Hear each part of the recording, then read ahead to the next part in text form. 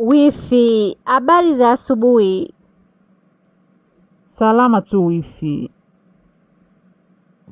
Mbona umechelewa kuamka hivyo wifi? Unaumwa au? Jamani, ndo kwanza nimetoka safari, nimechoka, nahitaji kupumzika. Wala hata siumwi, ila ni mapumziko tu.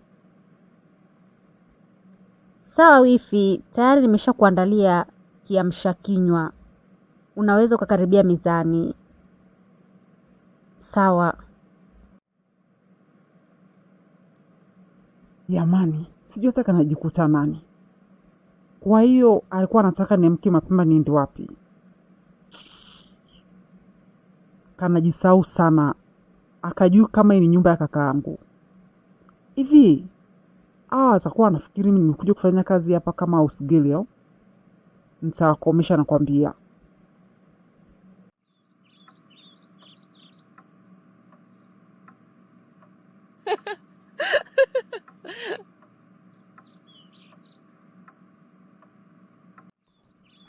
Wifi, kumbe upo hapa.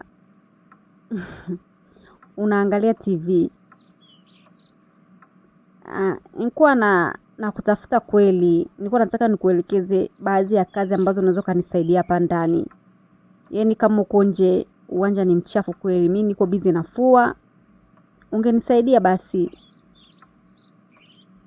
Mimi siwezi kufanya hizo kazi. Kwanza bado nina uchovu wa safari.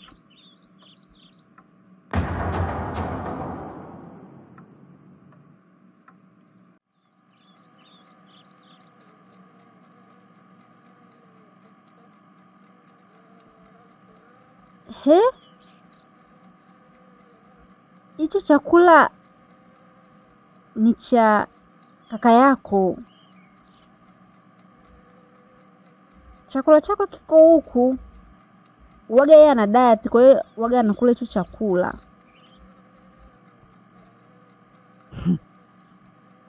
Kwa hiyo sisi wengine haturuhusiwi kula au? Sio hivyo wifi.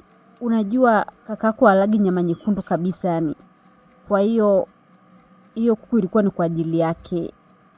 Alafu baadaye nilikuwa nije nipike sasa chakula chetu.